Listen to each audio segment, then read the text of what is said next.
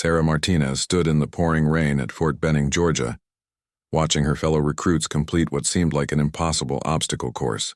Her boots were caked with mud, her uniform soaked through, and her confidence shattered into a million pieces. This was her third attempt at the rope climb, and once again, her arms gave out halfway up. She crashed to the ground with a thud that seemed to echo her failures. The drill sergeant's voice cut through the rain like a knife. "Martinez, you're done for today. Hit the showers and think about whether you really belong here." The words stung more than the cold raindrops hitting her face. Sarah had dreamed of serving her country since she was 12 years old, inspired by her grandfather's stories from World War II. Now at 22, those dreams seemed to be washing away in the Georgia mud. Sarah grew up in a small town in Texas where everyone knew everyone. Her father worked at the local factory, and her mother taught elementary school. They weren't wealthy, but they were proud people who believed in hard work and serving others. When Sarah announced she wanted to join the military, her parents supported her completely. Her grandfather, a decorated veteran, had tears in his eyes when she told him. He gave her his old dog tags and said they would bring her luck. But luck seemed to be the one thing Sarah didn't have at basic training. While other recruits mastered the physical challenges, she struggled with almost everything. The running, the climbing, the heavy lifting, it all seemed beyond her capabilities. She was strong in her own way, but military strength was different. It required a kind of endurance and power she had never needed before. Her bunkmate Jessica tried to encourage her. "Don't give up, Sarah. You're smarter than half these people. You just need more time to build up your strength." But Sarah could see the doubt in Jessica's eyes too. Everyone could see she was falling behind. The worst part wasn't the physical failures. It was watching her drill sergeant, Staff Sergeant Thompson, lose faith in her day by day. At first he had pushed her like he pushed everyone else. He yelled, he motivated, he demanded excellence. But lately Sarah noticed he barely looked at her during exercises. It was as if she had become invisible, a lost cause not worth the effort. That night Sarah sat on her bunk writing a letter to her grandfather. She couldn't bring herself to tell him she was thinking about quitting. Instead, she wrote about the other recruits, about the training, about everything except her own struggles.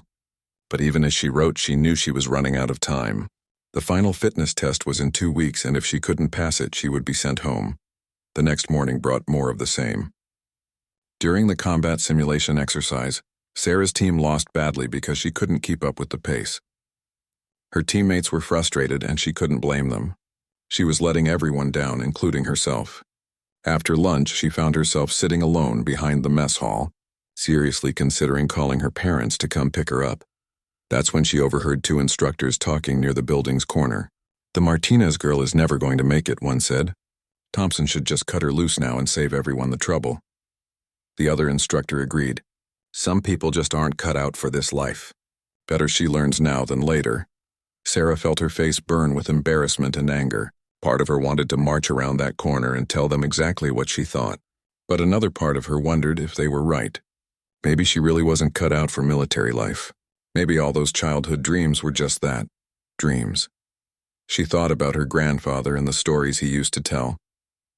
He never talked about being the strongest or the fastest soldier. He talked about determination, about never giving up when things got tough, about finding ways to contribute even when everything seemed impossible. But right now, those lessons felt very far away. The afternoon brought weapons training, something Sarah actually enjoyed and was good at. She had grown up hunting with her father and had always been an excellent shot. On the firing range, she consistently scored in the top 10% of her class. For a brief moment, she felt like maybe she did belong here after all.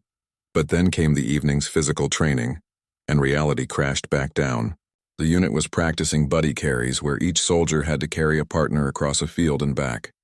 Sarah managed to carry her partner one way, but on the return trip her legs gave out and they both tumbled to the ground. Her partner, a guy named Mike who had always been decent to her, helped her up without complaint. But she could see the disappointment in his eyes too. Later that evening, Sarah called her parents from the payphone outside the barracks. She didn't tell them she was struggling, but somehow her mother knew. "Honey, you sound tired," her mother said. "Are you taking care of yourself?" Sarah almost broke down right there. She wanted to tell her mother everything. wanted to ask her to come get her and take her home where things were safe and familiar. Instead, she said she was fine, and that training was going well. After she hung up, she walked back to the barracks feeling more alone than she had ever felt in her life. She lay in her bunk that night listening to the sounds of her fellow recruits sleeping, wondering if this was where her military career would end before it even began.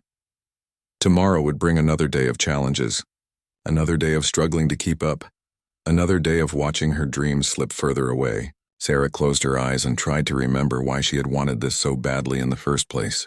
Somewhere in the darkness, she could almost hear her grandfather's voice telling her that the hardest battles are the ones fought within ourselves. The alarm blared at 5 in the morning, just like every other day, but this time Sarah didn't move. She lay in her bunk staring at the ceiling, listening to her fellow recruits scrambling to get dressed and ready for morning formation. Jessica shook her shoulder gently. "Sarah, come on. You have to get up." But Sarah felt paralyzed by the weight of her failures. Staff Sergeant Thompson's voice boomed through the barracks. "Martinez." Front and center now. Sarah forced herself to sit up, her body aching from yesterday's training. She could feel every eye in the room on her as she walked toward the drill sergeant. His face was stern, but for a moment she thought she saw something else there. Not anger, but disappointment mixed with what might have been concern. "Martinez, report to my office after morning formation," he said quietly. Sarah's heart sank. This was it. This was where they would tell her to pack her bags and go home. She nodded and went through the motions of getting ready, her mind racing with thoughts of facing her family, her grandfather, her hometown, knowing she had failed. Morning formation was a blur. Sarah stood at attention, but her thoughts were elsewhere. She imagined the conversation with Thompson, imagined calling her parents, imagined the long bus ride home. Most of all, she imagined the look on her grandfather's face when she had to return his dog tags and tell him she wasn't strong enough to follow in his footsteps. After formation, Sarah walked slowly to Thompson's office, each step feeling heavier than the last. She knocked on the door and heard him call for her to enter. The office was small and cramped, filled with military manuals and certificates on the walls. Thompson sat behind his desk, but he wasn't alone. There was another man there, someone Sarah had never seen before. The stranger was older, probably in his 40s, with graying hair and intense blue eyes. He wore a different uniform than the regular Army instructors, and something about his bearing suggested he was someone important. Thompson gestured for Sarah to sit down, which surprised her. Usually these conversations happened with her standing at attention. "Martinez, this is Commander Richards," Thompson said. "He's been observing some of our training sessions." The commander studied Sarah carefully, his gaze making her feel like he was seeing right through her. She tried to sit up straighter to look more military, but she felt like a fraud. Commander Richards spoke for the first time, his voice calm and measured. "Sergeant Martinez, I've been watching you struggle here at Benning. Your physical performance has been below standard, and I understand you're considering leaving the program." Sarah's face burned with shame. Even strangers knew about her failures. "However," the commander continued, "I've also been watching other aspects of your performance. Your marksmanship scores are exceptional. Your problem-solving abilities during tactical exercises are impressive. Most importantly, I've observed something that can't be taught: genuine dedication and heart." Sarah looked up, confused. This wasn't the conversation she had expected. Thompson leaned forward. "Martinez, Commander Richards has a proposition for you. It's unconventional, but he believes you might have what it takes for a different kind of military service." The commander pulled out a thick folder. "The military needs different kinds of soldiers for different kinds of missions. Not everyone needs to be able to carry a 200-pound pack for 20 miles. Some missions require different skills: intelligence gathering, cultural sensitivity, language abilities, and the kind of determination that keeps going even when everything seems hopeless." Sarah's mind was reeling. "I don't understand, sir. What are you talking about?" Commander Richards smiled for the first time. "There's a program highly classified that trains soldiers for special reconnaissance missions. These aren't the missions you see in movies. They're long-term, deep-cover assignments that require patience, intelligence, and the ability to blend in anywhere. Most importantly, they require people who understand what it's like to be underestimated." Thompson added, "The physical requirements are different. Still demanding, but focused on endurance and stealth rather than brute strength. The mental requirements, however, are extreme. Most candidates wash out not because they can't do a rope climb, but because they can't handle the psychological pressure. Sarah felt a spark of hope for the first time in weeks, but she was also suspicious. Why me? Why would you choose someone who's failing basic training? The commander's expression grew serious. Because failure teaches lessons that success never can. Because someone who has been counted out, who has been told they don't belong, often has the motivation to prove everyone wrong. And because, frankly, the enemy expects us to send them our biggest, strongest, most obvious soldiers. They don't expect someone like you. He opened the folder and showed Sarah photographs of various locations around the world. Markets in foreign countries, universities, business districts. These missions might last months or even years. You would be completely on your own, with no backup, no support team nearby. You would have to make life or death decisions with no one to consult. Most people can't handle that kind of isolation and responsibility. Sarah stared at the photographs, trying to imagine herself in those places, carrying out secret missions for her country. It seemed impossible, but then again, so had basic training just a few months ago. Thompson spoke up. Martinez, I want you to know that this isn't a consolation prize. This program has a higher washout rate than basic training. It's not easier, it's different. But Commander Richards thinks you might have the right combination of skills and mindset to succeed. The commander closed the folder. I need to be completely honest with you, Martinez. If you accept this opportunity and then fail, there's no coming back to regular military training. This is a one-way door. You either succeed in this program, or your military career is over. Sarah felt the weight of the decision pressing down on her. This was her chance to salvage her dreams, but it was also an enormous risk. She thought about her grandfather, about the dog tags hanging around her neck, about all the reasons she had joined the military in the first place. How long do I have to decide? She asked. 24 hours, Commander Richards replied. If you say yes, you'll be transferred to a different facility tomorrow. Your training will begin immediately, and it will be unlike anything you've experienced here.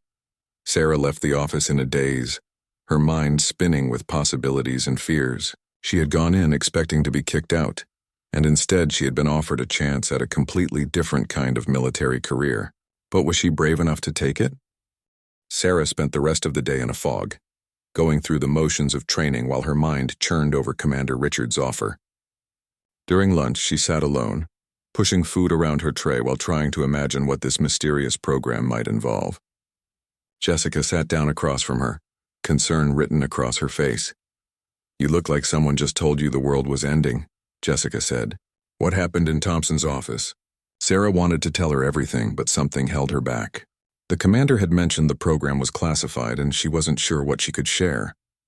Instead, she gave Jessica a weak smile. Just talked about my performance. Nothing major, but Jessica wasn't fooled. She had been Sarah's bunkmate for weeks and could read her moods. Sarah, you know you can talk to me, right? Whatever's going on, you don't have to face it alone.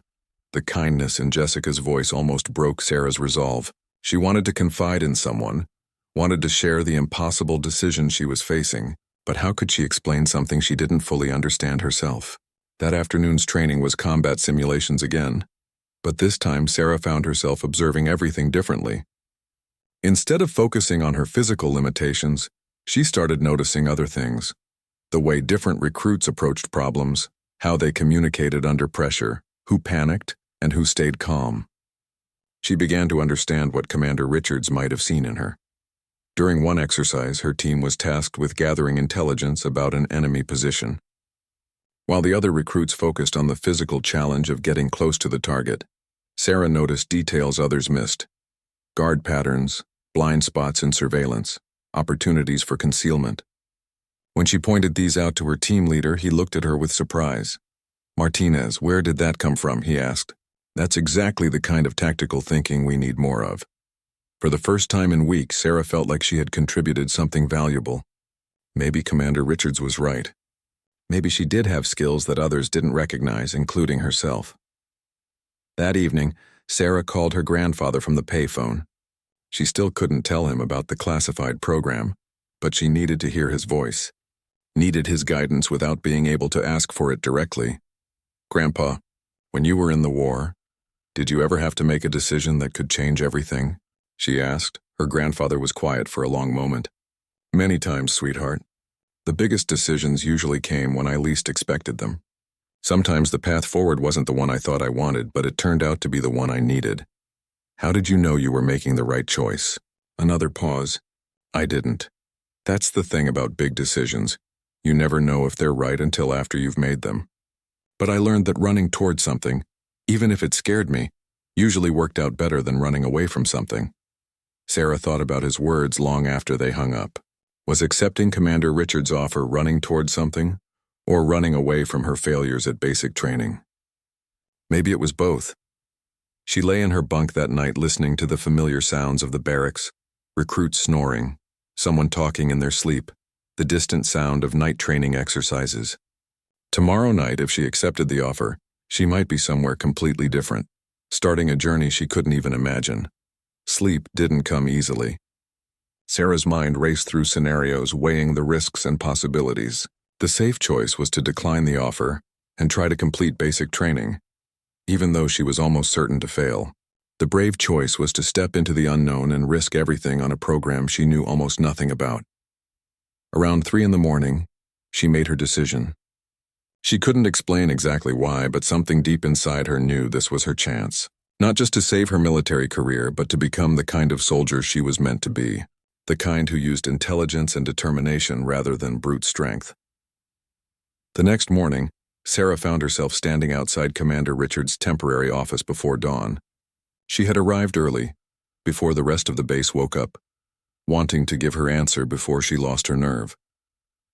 When the commander arrived an hour later, he found her waiting at attention beside his door. He looked at her carefully, seeming to read her decision in her posture and expression.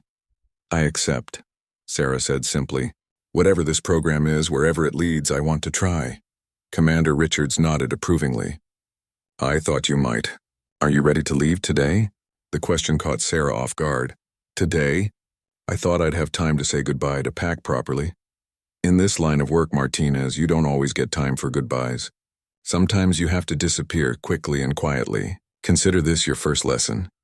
Within 2 hours, Sarah found herself sitting in the back of an unmarked van, watching Fort Benning disappear in the distance. She had been allowed to pack only essential items and leave a brief note for Jessica, saying she had been transferred to a different program. Everything else, her failed attempts at basic training, the other recruits, Staff Sergeant Thompson, was already becoming part of her past.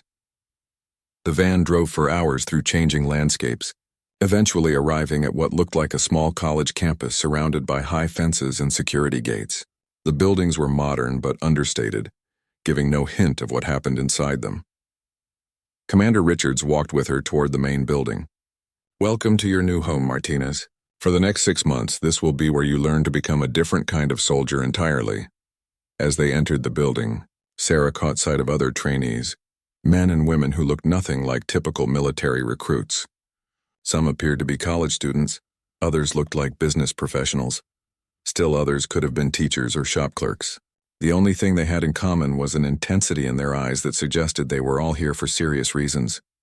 "Your real training begins now," Commander Richards said as he led her down a long corridor lined with doors marked only with numbers.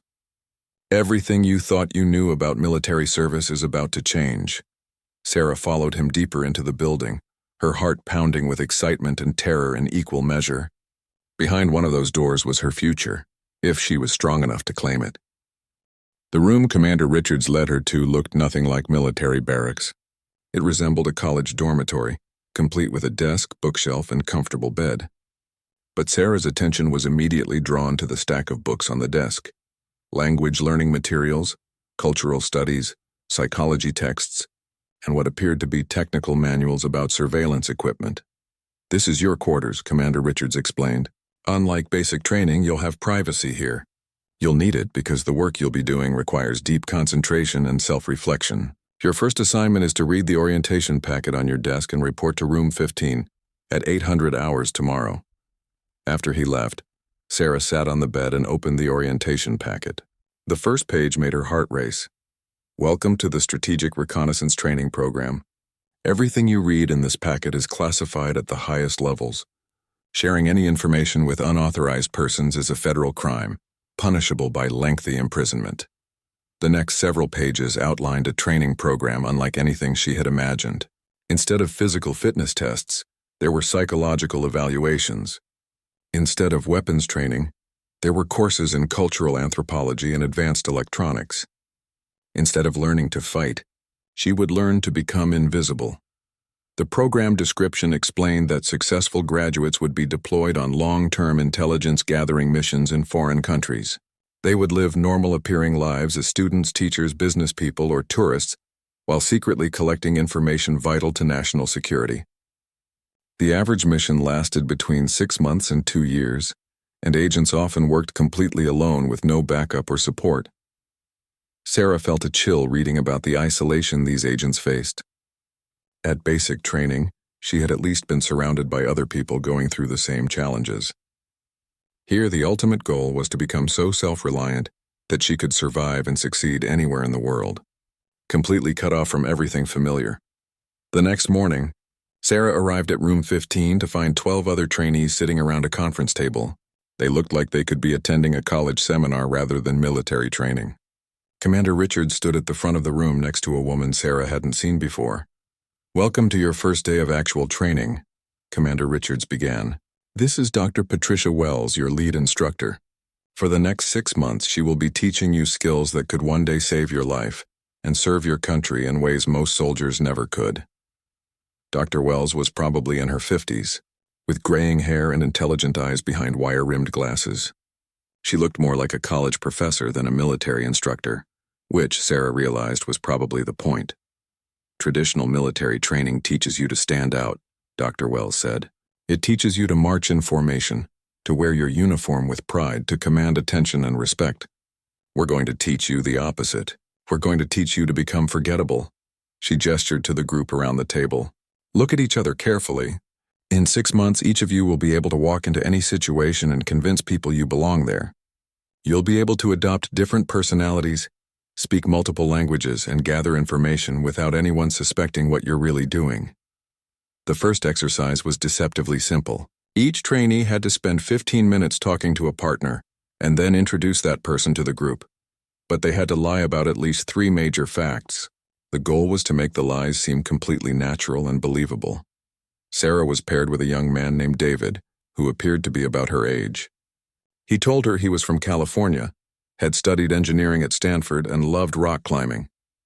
When Sarah introduced him to the group, she decided to lie about his hometown, his major, and his hobbies. She said he was from Oregon, had studied literature, and was passionate about cooking. But when David introduced Sarah, she realized he had caught her in lies too. He told the group she was from New York instead of Texas and had grown up in a military family instead of a working-class civilian family. Sarah was amazed at how naturally he delivered the false information. If she hadn't known better, she would have believed every word. Dr. Wells nodded approvingly after all the introductions. "Excellent. You've just learned your first lesson about deception. The best lies are the ones that contain just enough truth to be believable. David, you correctly identified that Sarah has a slight accent that could be from the Northeast, and her posture suggests some familiarity with military bearing. Sarah, you picked up on David's California accent and correctly guessed he had technical training, even though you were wrong about the specifics.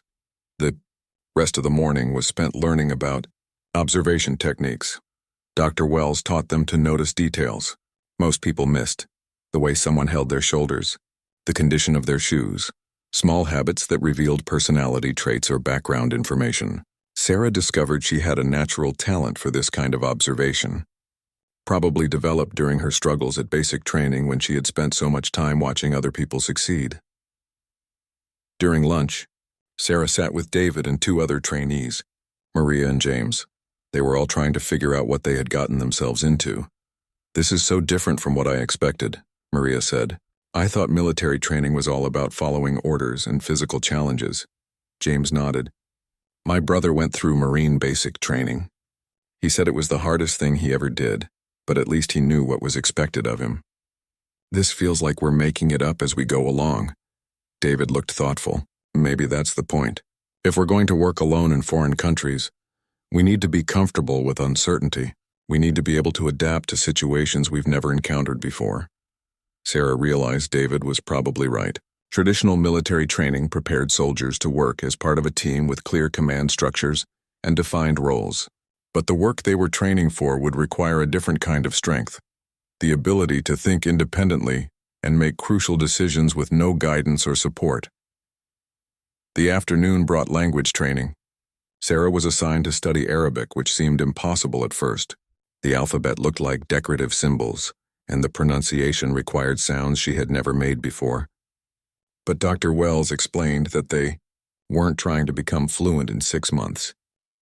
They were trying to develop the learning techniques that would allow them to master any language quickly when deployed. By the end of the first day, Sarah's head was spinning with new information and concepts. This was nothing like basic training, but it was every bit as challenging. Instead of testing her physical limits, it was pushing the boundaries of her mental capabilities. That evening, she called her parents from a secure phone in the common area. She still couldn't tell them much about what she was doing, but she could share her excitement. "I can't give you details," she told her mother, "but I think I've found where I belong. It's different from what I expected, but it feels right." Her mother's voice was warm with relief. "You sound happy for the first time in weeks, sweetheart. That's all we need to know." After hanging up, Sarah sat in her room reading the orientation materials again. Tomorrow would bring new challenges, new skills to master, new ways of thinking about what it meant to serve her country. For the first time since arriving at Fort Benning, she felt genuinely excited about her future in the military. 3 months into the program, Sarah barely recognized herself. The physical training at this facility was completely different from basic training. Instead of building brute strength, they focused on flexibility, endurance, and what Dr. Wells called practical movement. Sarah learned to climb buildings, pick locks, and move silently through various terrains. Most importantly, she learned to do all of this while looking like an ordinary person going about their daily business. The psychological training was even more intense. Sarah studied human behavior, learning to read micro-expressions and body language that revealed when people were lying, nervous, or hiding something. She practiced adopting different personalities so convincingly that even her fellow trainees sometimes forgot who she really was underneath the act. During one memorable exercise, Sarah had to spend an entire week pretending to be a graduate student researching local history at a nearby college town. She rented a small apartment, audited classes, and made friends with actual students, all while secretly gathering information about the town's layout, security systems, and daily routines. The exercise was supposed to last 3 days, but Dr. Wells extended it when Sarah's cover identity became so convincing that people started inviting her to social events and study groups. "You're a natural at this," Dr. Wells told her when she returned to the facility. "Most students struggle with maintaining a false identity for even a few hours. You lived as someone else for a week and never once broke character." But the training wasn't just about deception. Sarah also learned advanced technology skills, how to use sophisticated surveillance equipment, how to hack into computer systems, how to communicate securely across great distances. She discovered she had an aptitude for electronics that surprised everyone, including herself. David, who had become her closest friend in the program, teased her about her transformation. "Remember when you couldn't do a rope climb? Now you can scale a 3-story building in under 2 minutes while wearing a business suit." Sarah laughed, but she also felt a deep satisfaction. For the first time in her life, she felt like she was using all of her abilities. Her intelligence, her determination, her natural talent for observation, even the resilience she had developed through failure. This wasn't about conforming to someone else's idea of what a soldier should be. This was about becoming the best version of herself. The Arabic language training had progressed faster than anyone expected. Sarah discovered she had an ear for languages, and within 3 months she was holding basic conversations with native speakers Dr. Wells brought in as practice partners. More importantly, she was learning to think in Arabic, to understand the cultural context behind the words. Language isn't just about vocabulary and grammar, Dr. Wells explained during one of their sessions. It's about understanding how different cultures view the world. When you're deployed, you won't just need to speak like a local, you'll need to think like one. The most challenging part of the training was learning to work completely alone. Traditional military operations involved teams, backup plans, and clear lines of communication with headquarters. Sarah's training involved scenarios where she was completely cut off, forced to make life or death decisions with no guidance and no support. During one exercise, Sarah was dropped off in a major city with nothing but the clothes on her back, and a single contact who might or might not be trustworthy. Her mission was to gather specific information about a target location and transmit it back to headquarters within 72 hours. She had no money, no identification, and no backup plan. The first day was terrifying. Sarah had to find shelter, food, and a way to begin her reconnaissance without attracting attention. She ended up volunteering at a local soup kitchen, which gave her a place to stay and meals while she observed the target building across the street. On the second day, she befriended a homeless veteran who knew the neighborhood better than anyone and was willing to share information in exchange for Sarah helping him navigate the VA benefit system. By the third day, Sarah had not only completed her primary mission, but had also identified several security vulnerabilities the exercise designers hadn't expected her to notice. When the extraction team picked her up, she was tired and dirty but exhilarated. She had proven to herself that she could survive and succeed completely on her own. "Outstanding work, Martinez," Commander Richards told her during the debriefing. "Your improvisational skills and ability to build trust quickly with local contacts exceeded all expectations. You turned what could have been a desperate situation into a successful intelligence-gathering operation." But the training wasn't without its dark moments. Sarah learned about the psychological toll of living a lie for extended periods. During one particularly intense session, Dr. Wells explained the risks of deep cover assignments. "Some agents lose track of who they really are," she warned. "When you spend months or years pretending to be someone else, it can become difficult to remember your true identity. We've had agents who completed successful missions, but struggled to readjust to their real lives afterward." Sarah thought about this constantly. Who was she becoming? Sometimes she looked in the mirror and saw a stranger, someone who could lie convincingly, who could manipulate people's emotions to gather information, who could disappear into any crowd. Was this the person her grandfather had hoped she would become when he gave her his dog tags? The answer came during a conversation with Dr. Wells about the ethics of intelligence work. "The question isn't whether what we do is morally simple," Dr. Wells explained. "It rarely is. The question is whether the information we gather serves a greater good, whether the lies we tell prevent larger tragedies." Sarah realized that her training wasn't turning her into someone else. It was teaching her to use her natural abilities in service of her country. The skills she was developing were tools, and like any tools, their value depended on how they were used. As the program entered its final months, Sarah knew she was approaching a point of no return. Soon she would face her first real mission, and everything she had learned would be put to the ultimate test. The scared young woman who had failed basic training felt like someone from another lifetime. But late at night, when she was alone in her room, Sarah would take out her grandfather's dog tags and remember why she had started this journey. She wasn't becoming someone different. She was becoming someone who could serve her country in ways she had never imagined possible. The final phase of training was about to begin, and with it would come the mission that would prove whether all of this preparation had been worth it. Sarah felt ready, but she also knew that readiness and success were two different things entirely.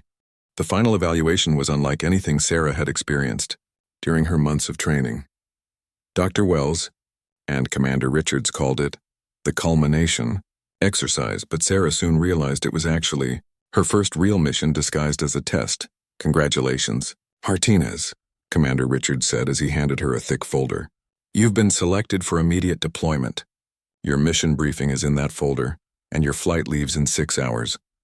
Sarah's heart raced as she opened the folder. Inside were airline tickets to Jordan, a passport with her photograph but a completely different name, and detailed information about her cover identity. According to the documents, she was now Dr. Sarah Coleman, a cultural anthropologist from a small college in Oregon, who was traveling to Jordan to research traditional crafts and their economic impact on rural communities. "This isn't a training exercise," Dr. Wells explained. "There's a real situation developing in the Middle East, and we need someone on the ground who can gather intelligence without attracting attention. Your academic cover is perfect. Anthropologists are expected to ask questions, to spend time in local communities, and to travel to remote areas." The mission details made Sarah's mouth go dry. Intelligence suggested that a terrorist cell was using traditional craft cooperatives as a front for moving money and weapons across borders. Her job was to identify which cooperatives were legitimate and which were being used for illegal activities. The information she gathered would determine whether entire communities were classified as security threats or innocent victims. The margin for error is 0, Commander Richards continued. If you're discovered, not only will your life be in danger, but we'll lose our only chance to gather this intelligence. There are thousands of innocent people whose lives depend on getting this right. Sarah looked at her new passport photo, her own face staring back at her, but somehow it already looked like a stranger. Dr. Sarah Coleman had different mannerisms than Sarah Martinez, different speech patterns, different interests. Over the next few hours, Sarah would have to completely become this other person. The preparation was intense but efficient. Sarah practiced her cover story until she could recite her fictional academic background without thinking. She memorized details about traditional Jordanian crafts, learned the names of professors who supposedly knew her work, and studied the layout of the college she allegedly worked for. Most importantly, she internalized Dr. Coleman's personality. Slightly awkward, genuinely curious about other cultures, and passionate about preserving traditional arts. During the flight to Jordan, Sarah reviewed her mission parameters one final time. She would be staying at a small hotel in Amman for 2 days to establish her academic credentials, then traveling to 3 rural communities where the suspicious cooperatives operated.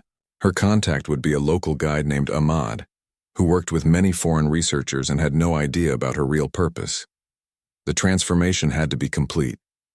Sarah packed away every trace of her military identity and embraced Dr. Coleman's world. She practiced asking the kinds of questions an anthropologist would ask, learned to take notes in the detailed way a researcher would, and even adopted a slightly different walking style that suggested someone more comfortable in libraries than on military bases. Landing in Amman was surreal. Sarah had never traveled outside the United States before, and suddenly she was walking through an airport in the Middle East, surrounded by Arabic conversations and unfamiliar sights. But her months of training kicked in automatically. She moved with confidence, her cover story ready for any questions, her senses alert for anything unusual. The hotel was exactly what Dr. Coleman would choose, modest but clean, frequented by academics and aid workers rather than tourists. Sarah checked in smoothly, her Arabic impressing the desk clerk who complimented her pronunciation. It was a small victory, but it boosted her confidence. That evening, Sarah sat in her hotel room reviewing intelligence photos of the people she needed to observe. 3 cooperative leaders were suspected of terrorist connections, but the evidence was circumstantial. Her job was to get close enough to these individuals to confirm or deny the suspicions without arousing any awareness that she was anything other than a researcher, interested in traditional crafts. The next morning, Sarah began establishing her academic cover by visiting the Jordan Museum and several cultural centers in Amman. She met with legitimate scholars, asked genuine research questions, and even arranged to audit a lecture at the University of Jordan. By the end of the day, several people in Jordan's academic community knew Dr. Sarah Coleman and could vouch for her credentials if anyone asked. But the real test came when she met Ahmad, her guide for the rural research trips. He was a middle-aged man with kind eyes and genuine enthusiasm for showing foreign researchers the beauty of traditional Jordanian culture. Sarah felt a pang of guilt knowing she was deceiving someone who was trying to help her, but she reminded herself that protecting innocent people sometimes required difficult choices. Dr. Coleman, I am so excited to show you our traditional cooperatives, Ahmad said as they drove toward the first village. These women have been practicing the same crafts for generations. Their work is not just beautiful, it provides income for entire families. Sarah took careful notes as Ahmad talked, but she was also observing everything else. The route they were taking, the security checkpoints they passed, the way local people reacted to their presence. Her training had taught her to process multiple streams of information simultaneously, without appearing distracted from her cover activity. The first cooperative they visited appeared completely legitimate. Sarah spent hours watching women weave traditional textiles, asking questions about techniques and materials. She purchased several pieces for her supposed research collection and took extensive photographs. But she also noticed details that an ordinary academic might miss. The cooperative's financial records were openly displayed. Their supply chains were transparent, and the women seemed genuinely proud of their work rather than nervous about outside attention. The second cooperative, however, felt different immediately. The atmosphere was more tense. and Sarah noticed that certain areas were off-limits to visitors. When she asked about their supply sources, the answers were vague and inconsistent. Most telling, several young men who appeared to have no connection to textile work were hanging around the building, and they watched Sarah with suspicious intensity. Sarah's training kicked in. She maintained her enthusiastic academic demeanor, while mentally cataloging everything that seemed unusual. She took photographs of the textiles but also managed to capture images of the suspicious individuals and the restricted areas. Most importantly, she overheard a conversation in Arabic between two of the men that mentioned dates and locations that matched intelligence reports about planned terrorist activities. By the time they left the second cooperative, Sarah knew she had found what she was looking for, but she also knew her most dangerous work was just beginning.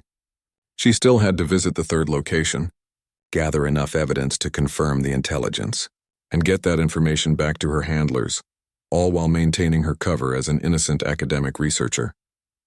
That night, as she sat in a small guest house in the rural village, Sarah realized this was the moment everything had been leading to.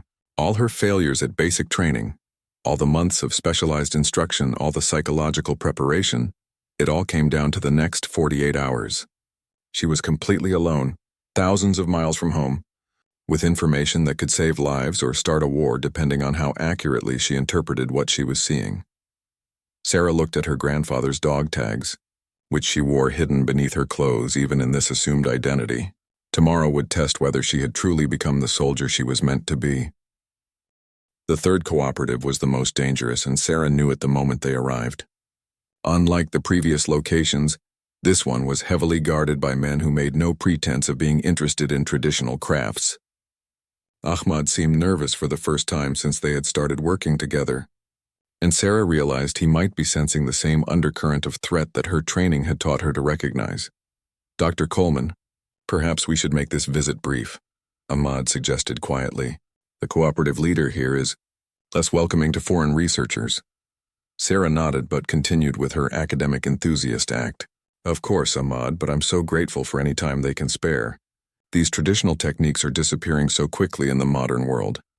Inside the building, Sarah immediately noticed that very little actual craft work was happening. A few women sat at looms for show, but their movements were awkward, as if they weren't accustomed to the work. More concerning, Sarah spotted sophisticated communication equipment partially hidden behind traditional furnishings, and she heard conversations in multiple languages that had nothing to do with textile production. The cooperative leader, a man named Hassan, watched Sarah with barely concealed hostility. When she asked to photograph some of the textiles, he refused, claiming it was against their religious customs. But Sarah had visited enough legitimate cooperatives to know this was nonsense. The other locations had been proud to have their work documented. Sarah's opportunity came when Hassan was called away to deal with some kind of emergency. She asked to use the restroom and was directed down a hallway that led past several rooms with closed doors. As she walked, she could hear voices speaking in what sounded like multiple languages, discussing things that definitely weren't related to traditional crafts. In one room, she glimpsed maps spread across a table with locations marked that corresponded to intelligence reports about planned attacks. In another, she saw crates that were clearly labeled as containing construction materials, but were the wrong size and shape for legitimate supplies. Most damning, she overheard a phone conversation in Arabic where someone was giving instructions about the shipment arriving Tuesday and making sure the border guards were paid. Sarah managed to take several photographs with a tiny camera concealed in her research notebook. But as she was returning from the restroom, she realized Hassan was watching her with open suspicion. Her heart pounded, but she forced herself to maintain Dr. Coleman's slightly oblivious academic demeanor. "The craftsmanship here is remarkable," she said enthusiastically to Hassan. "I can see why these techniques have been preserved for so many generations." Hassan's eyes narrowed. "Dr. Coleman, what university did you say you work for?" Sarah felt ice in her veins, but her training took over. She launched into a detailed explanation of her fictional academic background, complete with specific professors' names and recent publications. She had memorized these details so thoroughly that she could discuss them naturally, even under pressure. But Hassan wasn't satisfied. "And what exactly will you do with the photographs and information you're collecting?" This was the moment Sarah's months of training paid off. Instead of becoming defensive, she became even more enthusiastic. "Oh, I'm writing a book about the economic impact of traditional crafts on rural communities. I want to show how these cooperatives provide vital income for families while preserving cultural heritage. I think your cooperative could be a wonderful example of successful community organization." The irony of describing a terrorist front as a wonderful example of community organization wasn't lost on Sarah, but Hassan seemed to buy her explanation. Academic researchers were known for being naive about political realities, and Dr. Coleman's enthusiastic ignorance was exactly what he would expect. Ahmad, however, was growing more nervous by the minute. "Dr. Coleman, perhaps we should return to Amman soon. The roads can be dangerous after dark." Sarah agreed, but as they were leaving, she noticed one of Hassan's men speaking urgently into a radio in what sounded like coded language. Her instincts told her they needed to leave immediately, but she couldn't break character by showing alarm. The drive back to Amman was tense. Ahmad kept checking his mirrors, and Sarah could tell he sensed something was wrong. About halfway back, they were stopped at a checkpoint that hadn't been there on their way out. The guards seemed more interested in Sarah than in Ahmad, asking detailed questions about her research and examining her passport carefully. Sarah maintained her cover perfectly, chatting enthusiastically about traditional crafts and showing genuine concern when the guards seemed to be taking longer than usual. "Is everything all right?" she asked Ahmad in English. "I hope I haven't caused any problems with my research." Ahmad reassured her, but Sarah could see the worry in his eyes. The guards eventually let them pass, but Sarah knew her cover might be blown. She needed to get her intelligence to her handlers immediately, before Hassan's organization realized they had been infiltrated. Back in Amman, Sarah thanked Ahmad profusely and paid him generously for his services. She then returned to her hotel and began the delicate process of transmitting her intelligence without being detected. Using equipment concealed in her luggage, she sent encrypted photographs and detailed reports about what she had observed at each location. The response from her handlers was immediate and urgent. "Intelligence confirmed. Excellent work. Extract immediately. New papers waiting at embassy. Do not return to hotel." Sarah's hand shook slightly as she read the message. Her first real mission had been successful, but she was still in danger. She quickly packed only essential items, leaving behind most of Dr. Coleman's academic materials to maintain the illusion that she was still conducting research. The next 12 hours were a blur of safe houses, document changes, and careful movement through Amman's back streets. Sarah found herself thinking about her grandfather's war stories and realizing that real courage wasn't the absence of fear. It was doing what needed to be done despite being terrified. When she finally boarded a plane back to the United States, Sarah was exhausted but exhilarated. She had proven to herself and to her superiors that she could handle the psychological pressure and physical demands of deep cover intelligence work. More importantly, the information she had gathered would help protect innocent people and disrupt terrorist activities. 3 weeks later, Sarah received a letter from Commander Richards informing her that her intelligence had led to the successful raid of the terrorist cell. The legitimate cooperatives were protected and continued their work, while the illegal operation was shut down permanently. Dozens of planned attacks had been prevented, and countless lives had been saved. Sarah thought about the young woman who had failed basic training just a year earlier. That person had been strong, but she hadn't known how to use her strength. Now Sarah understood that there were many ways to serve your country and protect people you would never meet. Sometimes the most important battles were fought not with weapons but with intelligence, patience, and the courage to become someone else entirely when duty called. She kept her grandfather's dog tags, but now she understood what they really represented. Not just the courage to fight, but the wisdom to know that service takes many forms. Sarah Martinez had finally found her place in the military, and it was unlike anything she had ever imagined when she first decided to enlist. But it was exactly where she was meant to be.